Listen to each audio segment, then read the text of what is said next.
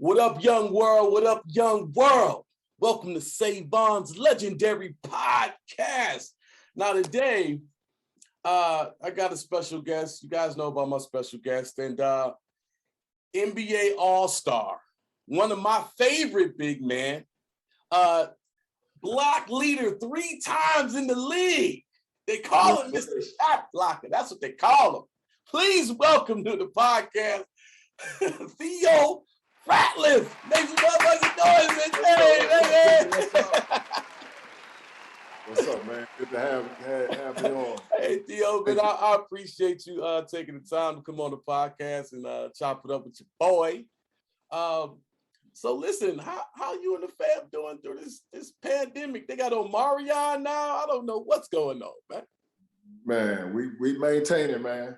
You know, just staying safe, trying to stay safe like everybody else, man.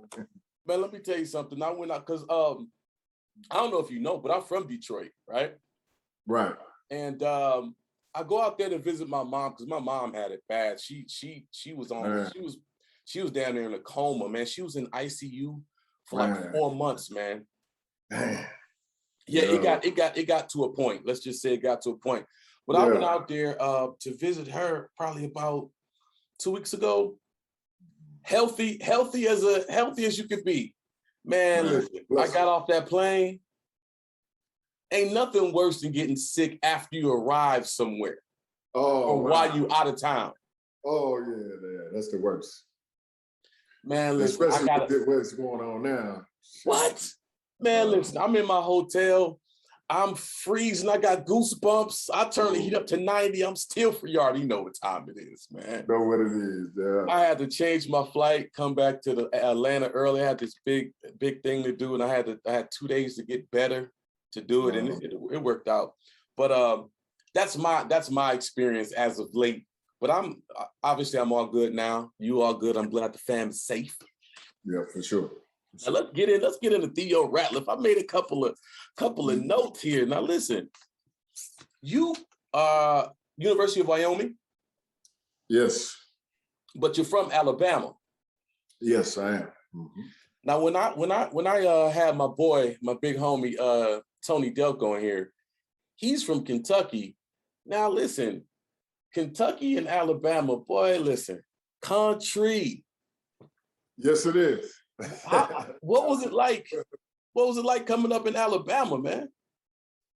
Well, I mean, any small town feel just where most people are, you know, country, whether they want to admit it or not.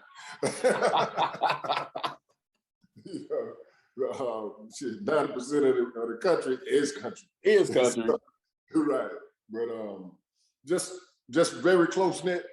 Mm-hmm. You know, family, friends, you know, community, you know, and I grew up in the area almost right after, you know, kind of like the civil rights movement, you know, 10 years, you know, after civil rights movement, you know, so it was, you know, it was. Did you feel any of that?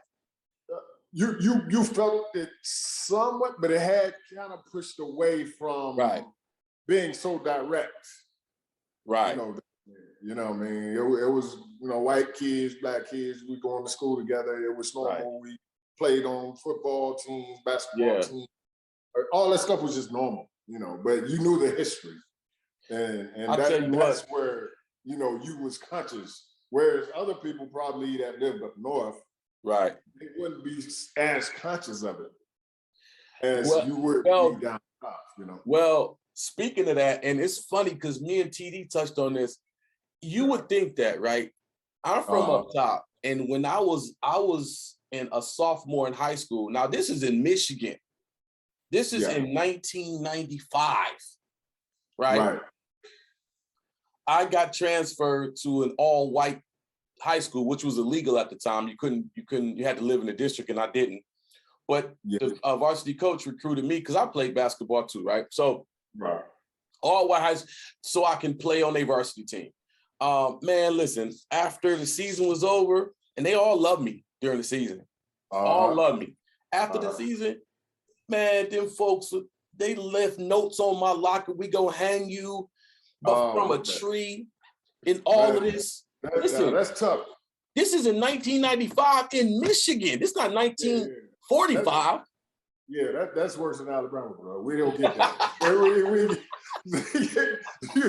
got it a little worse. But I was speaking in the sense of, being in a place where you walk the ground where Martin Luther King Jr. walked the grounds. Right. Because like I said, they had a sit-in and walk march down my street where I live. Wow. Where Martin Luther King came, ate at my grandmother's house, that type of stuff. Wow. So that was more so where I was coming from. Like that's different. They had got to the point where doing something like that. Oh yeah, I got that. That wasn't even in the picture for them, when it came to us. Right. But that incident that you had, that's some that's some over the top. That's some of them Michigan folks right now. Type shit. Yeah, man. It's classmates.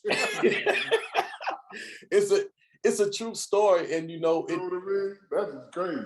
Yeah, and I mean, I'm from a predominantly minority high school. But when I went there for that one season, trust me, I went right back. Yeah. My mother was like, "Oh, no." And my mother from St. Louis. It don't get no more country than St. Louis. Oh, for sure. Exactly. So let's move on. So you went from University of Wyoming and got drafted by the Detroit Pistons. Yes, indeed. Listen, I know you got a soft spot for Detroit Pistons. I know you do. Oh yeah, no doubt. That's tell what me, I came in. Because you played with some players, man. Exactly, legends, Hall of Famers. Look at you. Yeah. So what was it like at that time in your life? You just coming from college, Detroit Pistons, and you got some major players that you played against in college, right? No, I never played against those guys in college. Oh, you didn't? No. Oh, I thought you did. Not in Wyoming, I didn't. Oh, right. Not in that market. Right. I got you. So what was it? And they was on the other side of the world. Facts. Over the Midwest and Western Athletic Conference. I think it might have been maybe 2 or 3 guys, including myself, that came out of that conference that went to the NBA. Wow. During my year. Right. Yeah. What was that like though? Oh man, you talk about, you getting your life dream. I mean, you go from, being a skinny kid in Alabama, where you couldn't even walk and chew gum at the same time. To going to college at 6'7", 160 pounds. Oh my God. You wasn't 6'7", 160 pounds, man. Extreme man. Yes, sir. 6'7", 160. Mm. They're growing to 6'10" and get to a cool 200 and 205. Woo! Woo! Woo! You play 5 beast.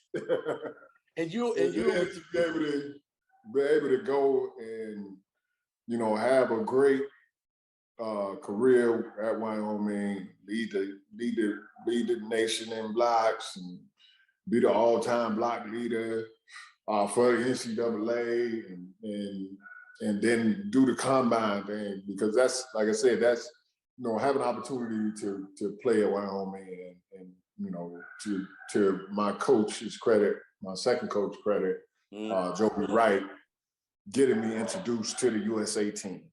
I think that's where it really took a big turn for me. And I saw where I did have a talent that a lot of people didn't have.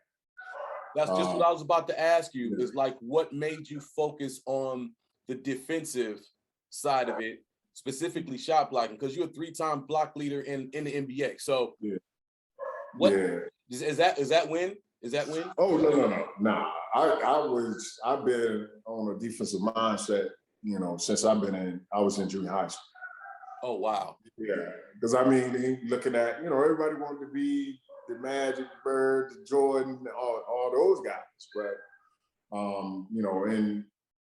my coach, he saw I had a knack for being able to play defense, and he was like, if you can become a great defensic player, that's something that's going to guarantee you an opportunity to play in college. I was just trying to get to college for free. Like I said, being from a small town, single parent, blah, blah, blah.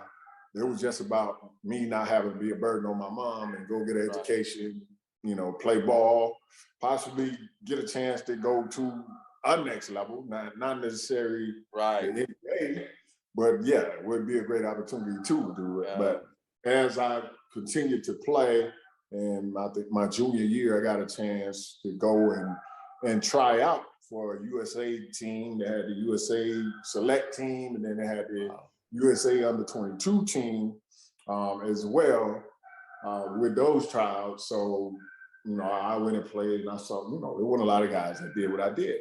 I blocked shots. I defended the rim. I was concentrated on defense. So in that sense, I did get to play against those lot of guys, and McDyess, Tim Duncan, Kevin Garnett, you name it, they were all there. Wow. Trying out for those teams, and I'm playing. They ain't that much better than me. Right. Yeah, so now my confidence is getting even higher because now I done got a chance to play against these guys. They talking about a McDonald's All-Americans that's going to be lottery picks. So and then making the USA under 22 team and having to be able to go out and play with some of these guys, on a tour. Right. It really, going to different countries. I had never been out. That's crazy. Been out of the country before. And that's crazy. To Argentina and see how the world kind of works, that changed you, didn't it? I know it changed you.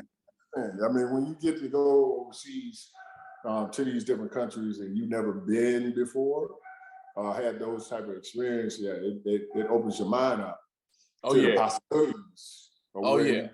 Anywhere, and be able to. But that kind of just kept building my confidence in me, and and then having a great senior year, and now I got agents who want to try to talk to me, so I had to try to figure out how because my coach he went to the ABA, played the ABA, so you understand the recruiting level stuff, and had players that went to the league before, so he made sure I was set up right where they didn't bother me during my season, and I outside lawyer that handle whoever wanted to talk and call and try to figure out the different steps to get into the agent that I was going to be using to represent me. Yeah, when you that young and you're moving around like that, like I played for a school in West Virginia, right? And then I left school, went back to Michigan, and ended up playing in the CBA for the Grand Rapids Hoops, right? So I did that, and then I got into music, and I've been in music and film for the next however many years. But when you're that young and you have experiences, plus I'm a military kid. Both my parents were in the military, so we moved around anyway. Right, gotcha. And when you young and you get to move around and see different cultures and different ways that people that they're people just like your people, but they have a completely different life process, it's crazy. Yeah, for sure. That's what's up, man. So, listen, watch this. Well, wait a minute. Your experience with Detroit was phenomenal, but you had your best season in Philly. Yeah.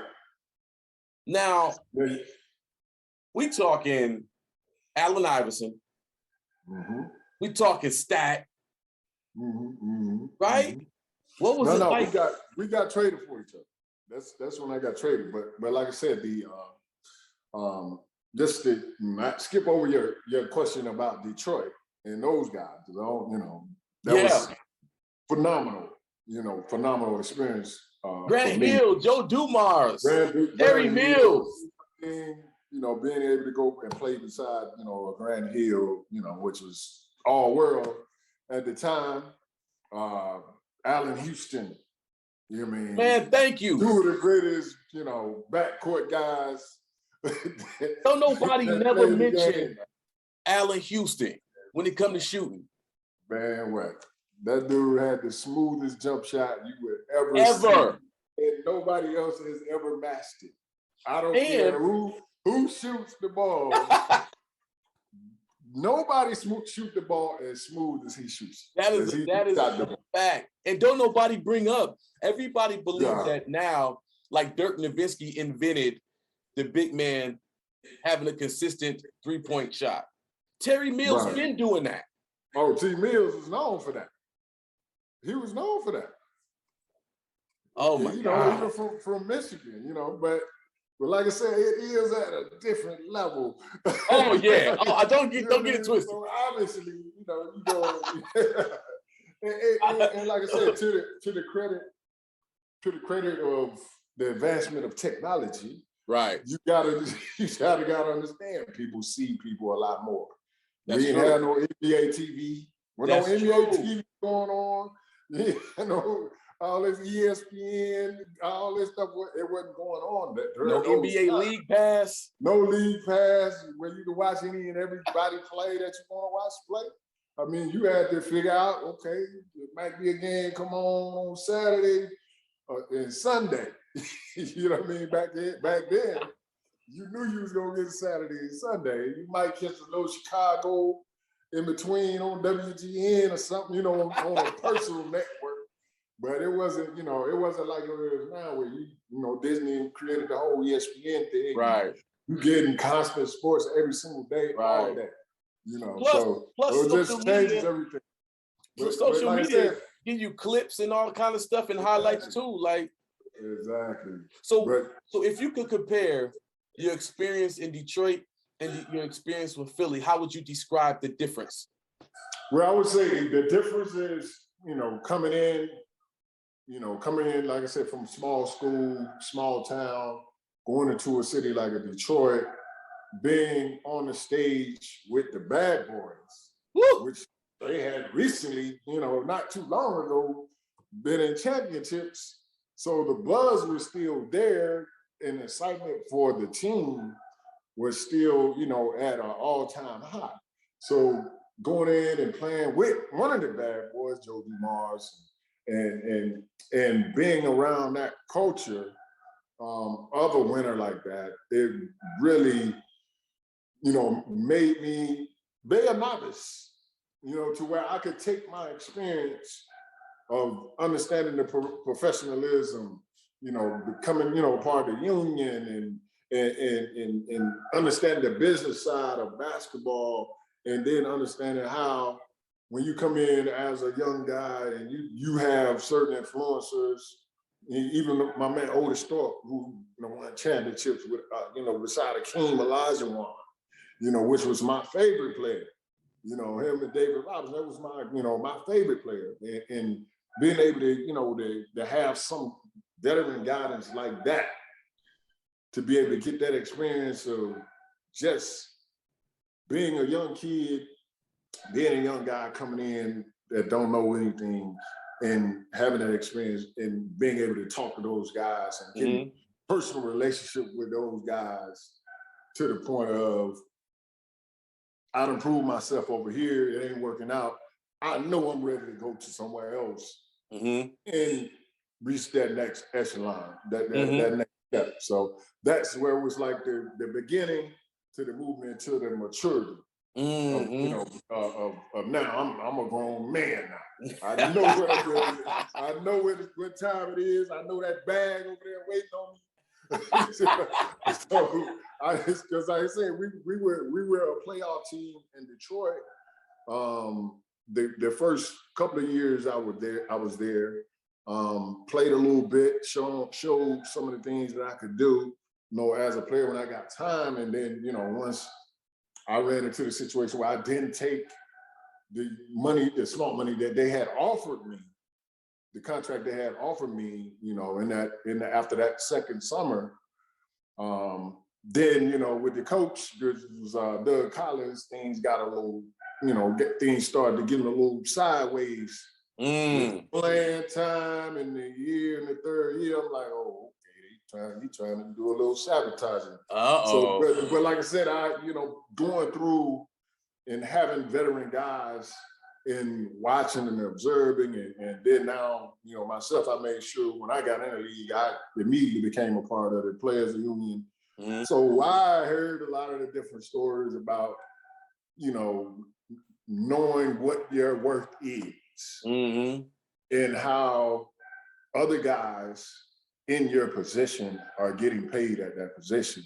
And then if you utilize that to make sure your contract is up to par to what your skill and what your level is. Because like I said, I came in, I think I had maybe 1-2 points, in the season. But it was, in like sparing minutes. Right. And then probably my second year, I probably boosted that up to maybe 5 or 6. But for the people that saw me play, they understood I had a certain thing just about me, especially when it came on the defensive side of the ball. My energy was gonna bring energy when I came into the game. The intangibles. You know what I mean? It was gonna bring energy, and I, watch the Dennis Rodmans and all those guys and see them, they don't score a lot, but he was 100 miles an hour running up and down that court. You can count on that energy. Going out to every rebound, and he was going out to every defensive play he could to get to.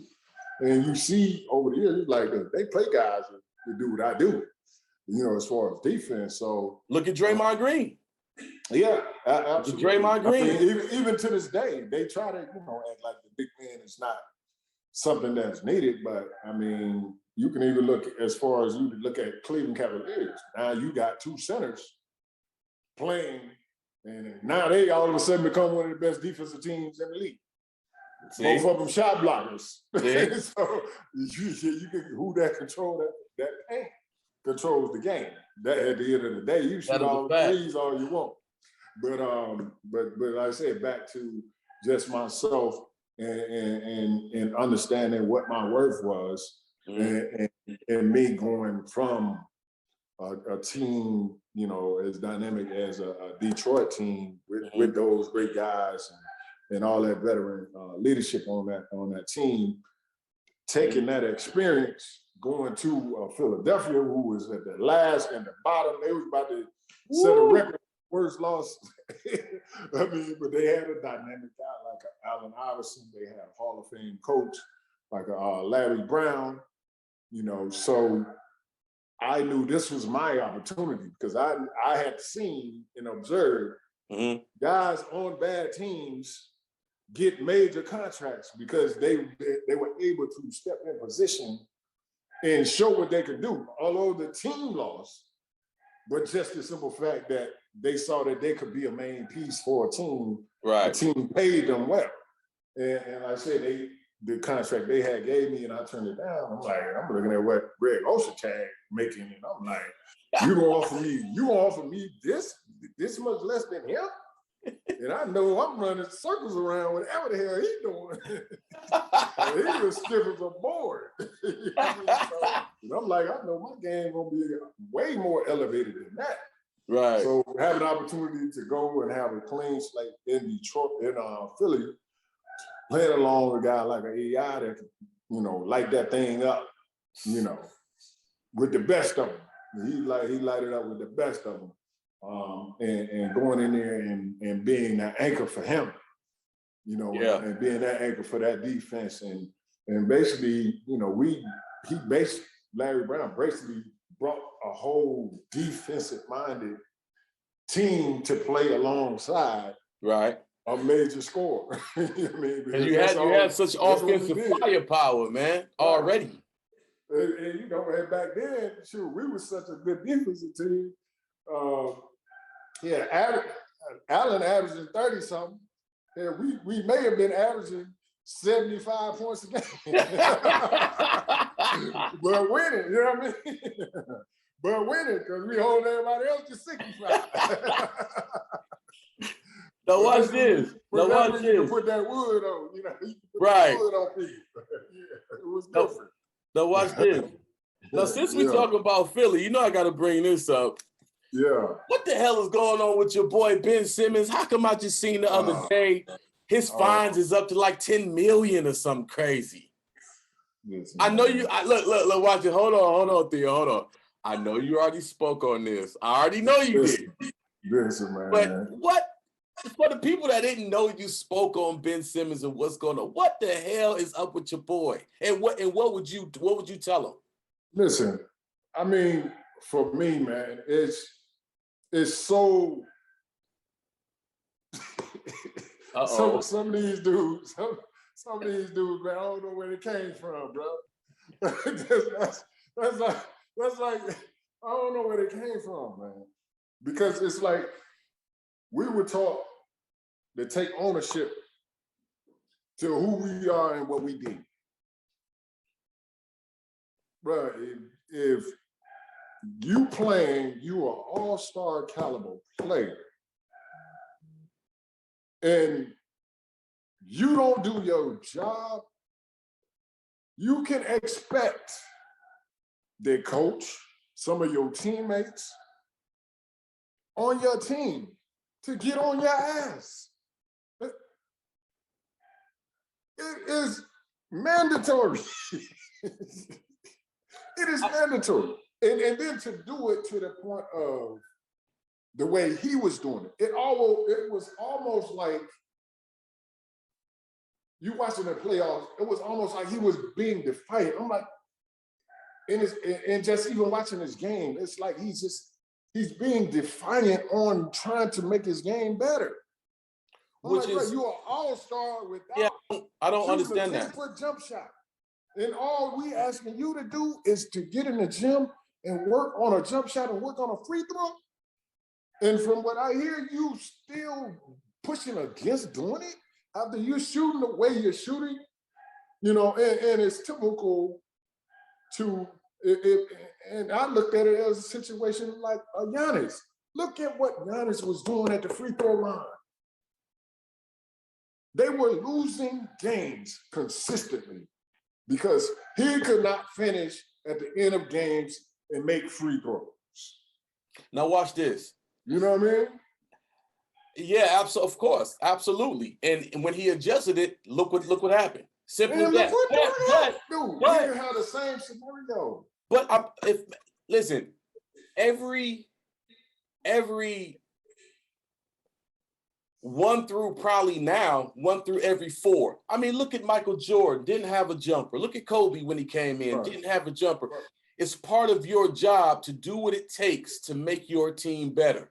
A lot of guys are not necessarily asked to shoot. Like Theo Ratliff wasn't asked to be a top scorer, okay? Right. And you're asked for different things. Ben Simmons is asked to live up to his max contract and to be an all-star and to be a superstar. And if you're in a position where you have to be able to make 10 to 12 foot jumpers. You have to. And look at Russell Westbrook. What's up with him? But even to that effect is like, look, we're in the playoffs. We winning some games, but what's the next step to get us to the championship? What is the next step? You gotta be willing. Doc and them guys, they done been around this dude all year long. They know how much work he's putting in on this stuff. If you're not putting it in, of course, I'm gonna be pissed off because I see you ain't even trying. If you're not trying, that means you don't care about elevating yourself.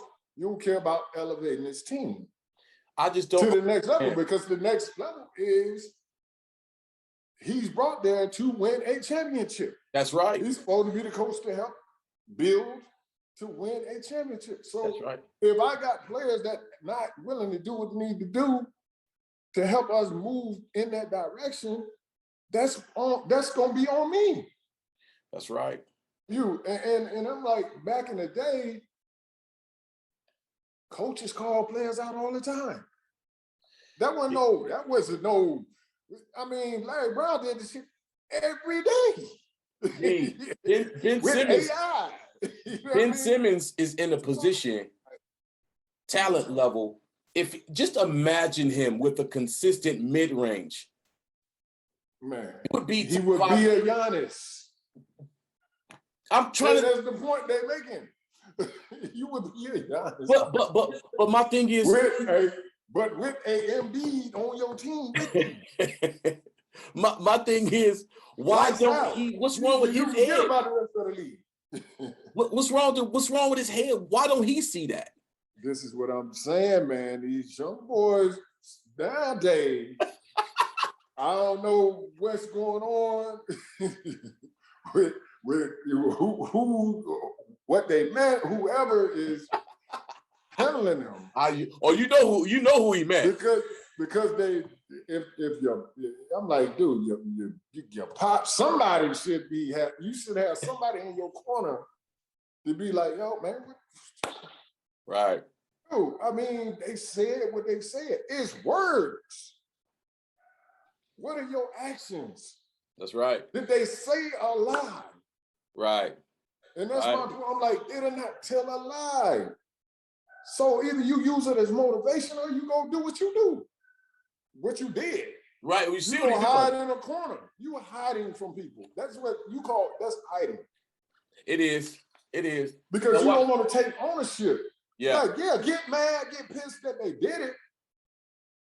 But get your ass back in the gym, bro. Because at the end of the day, you should watch the film yourself.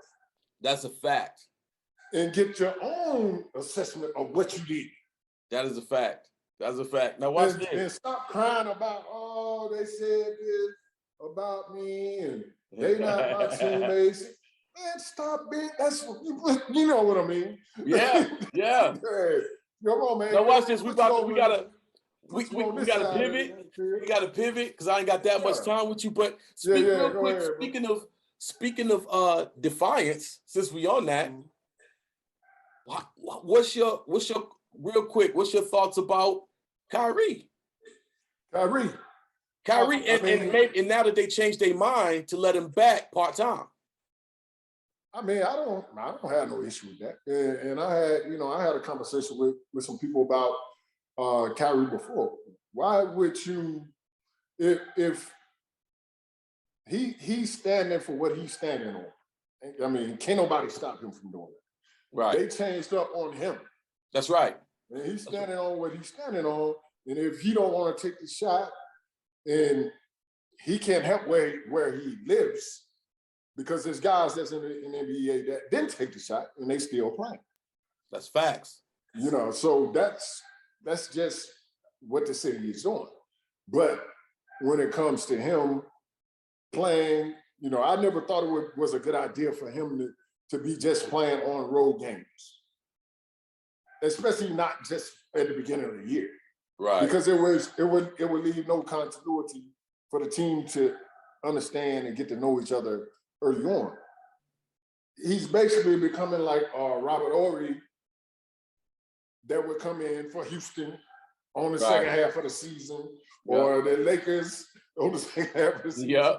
Now, you already at the top of the league, but now you getting an all-star MVP caliber player back for whatever games it is, opposed to having your guys that's been carrying the load the whole time to actually build and gel a congruent team together in these first half of the season to where we at the top. So we know how to play together with these guys without Kyrie.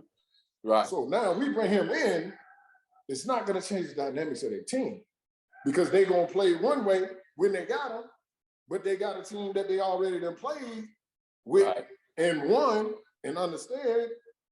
So now it's not a big deal to bring in. That's like a secret weapon. Right. And it's a hell of a secret weapon. Exactly. So I don't have any problem with them bringing him back. to play. They probably had that already set up anyway. Probably. Because they probably was thinking the same way I was thinking. I'm like, look, we jail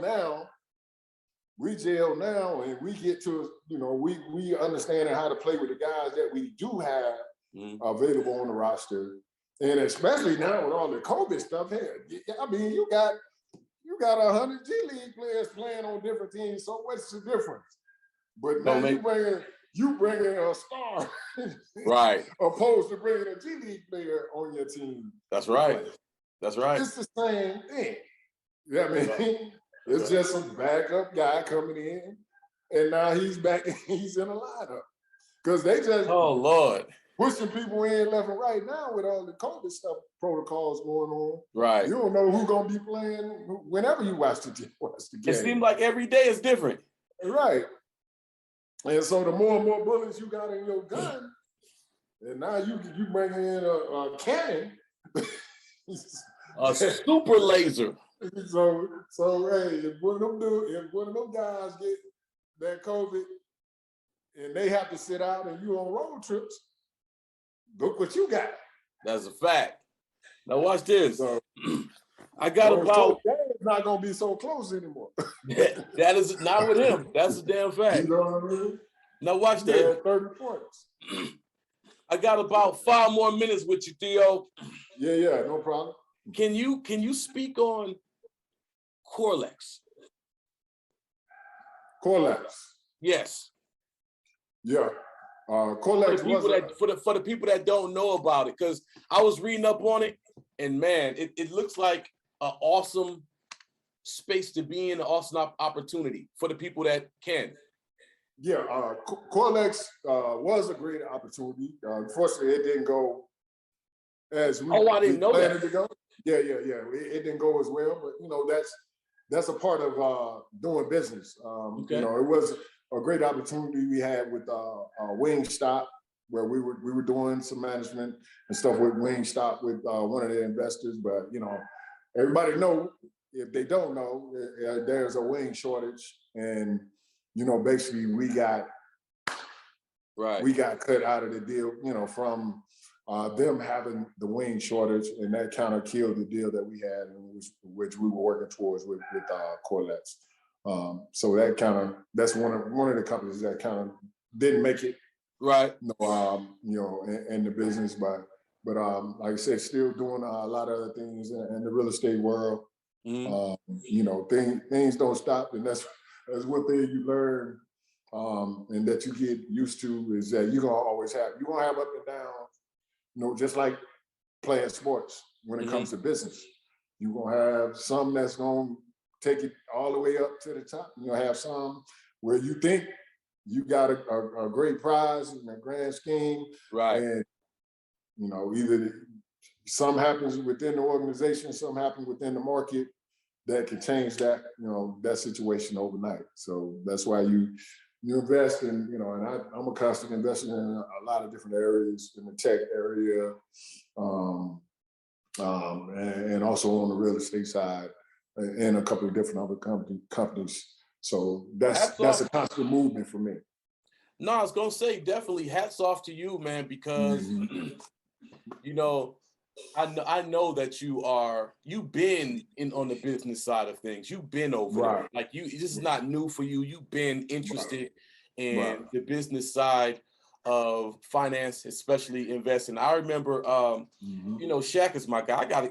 Chuck is my guy, so I got to get both of them on this show. But I remember sitting with Shaq. Me and him is just in his office, and I'm playing him some music I had recently, done, and he's all excited about it. But the bread and butter of our conversation was about some of his investments and some of the things and some of the movements. I remember he told me he took a large amount of his investment portfolio and moved it over to a particular investment financial house. And within 1 year, Theo, man, listen, I ain't gonna tell all of his business, but you know what I'm saying. 1 year. I said, what? See, a lot of people don't even realize Shaq and Ludacris own half Atlanta. Period. Yeah. Shaq investment portfolio is ridiculous. People don't even, and he don't, listen, he don't, you see him on TV but that's not even most of the stuff, you know what I'm saying? Yeah. He ain't even. Yeah, exactly. Exactly. So hats off to you and all the rest of the athletes that understand that, because, everybody says and knows that in professional sports, when you retire or you're done, a lot of guys weren't interested early enough. Yeah. And so 5 years after they're done playing, 6 years after they're done playing, a lot of them get in trouble. Right. But you were on top of that.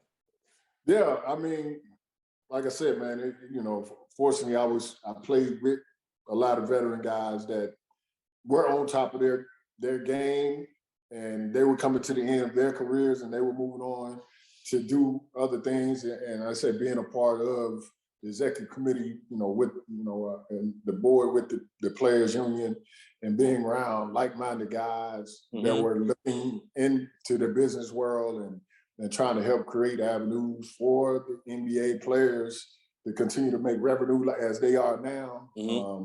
Basically, they took over their licensing and different things of that nature. Right. And then, guys like a Charles Smith, who I'm, still close to this day, being, just a great business mind, big business mind, moving around with him in different areas and getting to know people and creating different avenues for people. We actually just came back from Dubai with family business office conference over there, and then down in Miami. And like I said, just inundating yourself with business people, and that's, you're gonna learn a lot just from being around and understanding and looking at all these different PPMs and things of that nature, private placement memorandums for all these different companies and stuff that come across your desk.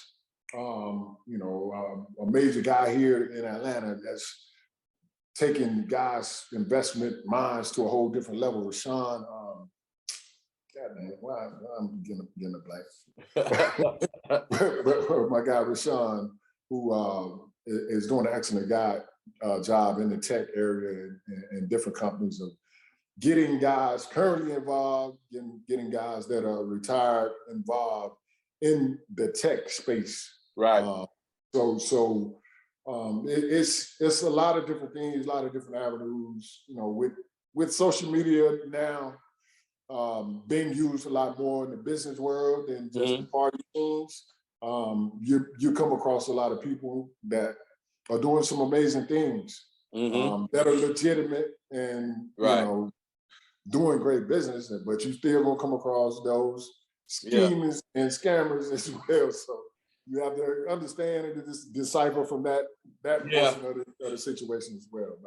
But it's a great opportunity to continue to just build on who you are as a person and build yourself as a businessman.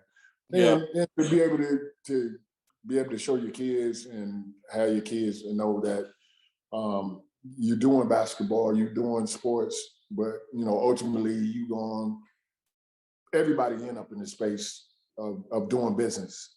And it's a matter of what you're doing and how you're learning. Yeah. And continue to grow as a person. Yeah, and you are who you hang around. You are your for sure. Your circle. So, and don't be around people that are how you used to be. Hang around people that you want to become. For sure. Where you can influence them and they can influence you. Absolutely. All right, so we got one more little segment of the show, Theo. It is called One Word. Now, I got a couple of names here. I got a few names. Yeah. You got to give me one word description. Yeah. It's called One Word, Theo. I know you see it. Play it. You got to play it. Are you down to play it? We got it. We got it covered. Okay. One word. Here we go. Joe Dumars. Professional. Professional. Professional. I like it. All right. Grant Hill.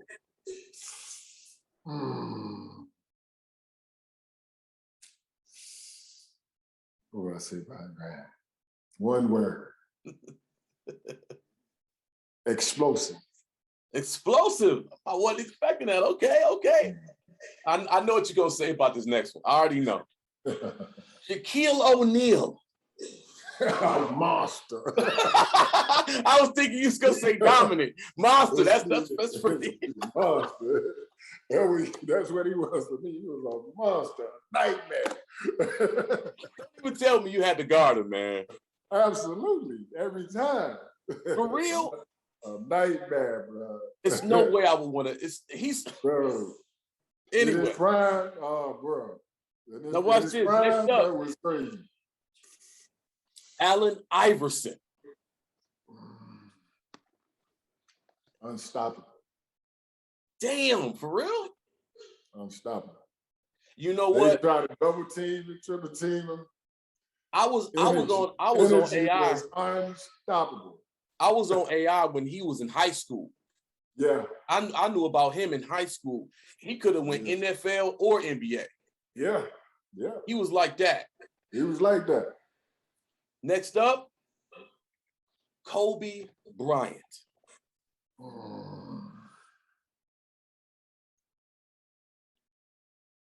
Workhorse.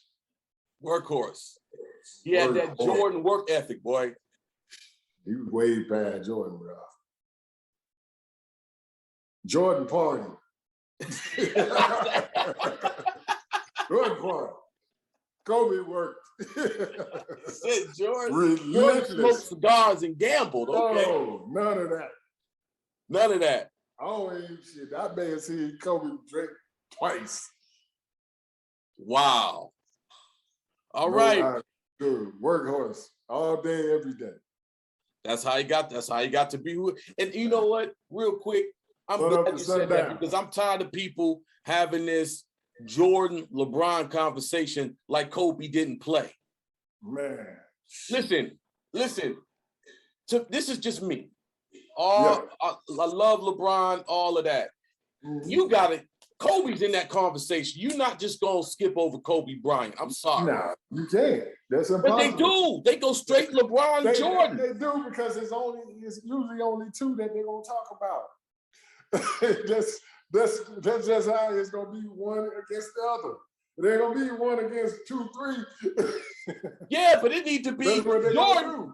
But that's what I'm saying, Theo. Jordan don't even need to be in the conversation. Hey, man, listen, you preaching to the choir. I played against that at his prime. All right, we down to one last name. Yeah, you might have to think about a one-word answer for this gentleman. Last name on my list: Theo Ratliff. Oh, I would say passionate. Passionate. Yeah. Passionate about the game, bro. I was yeah. When I played, was everything. Yes, sir. That's what's when up. I played, yeah. From like I said, from the time of I remember 7th, 8th grade getting cut from the junior high team. You know what I mean? It was a passion from that point on. Well, every day work. You need to give some of that passion to Ben Simmons. Okay, because we wrapping this up. Is there anything you want the people to know that you're working on that they might need to be aware of, or anything you want to say before we log off of here, man? Yeah, I mean, everybody's jumping into these NFT spaces and crypto spaces. I'm joining the board of a company called BPN that's going to be doing NFT real estate. Yeah, so we are going to be all over the world doing bringing in investments with accredited investors for investing in NFTs that's backed by real estate. Wow. So that's gonna be a huge That's opportunity. Game changer. Because most people, biggest problem with doing major real estate, and I'm talking, hundreds of millions, billions of dollars, is getting to that initial capital. Right. And we're going to be able to raise the funds for those projects, for their original capital, with the banking and everything backing behind to get the rest of the money through NFTs. Wow. Yeah. I love that space. I'm not in that space just yet, but I am aware. Yes. I am aware. That's what's up. Yes, sir. Right. No doubt. Listen, everybody watching, y'all know Savon Legendary Podcast. Great conversation. I hope y'all learned something. I know I did. My boy Theo Ratliff, NBA Allstar.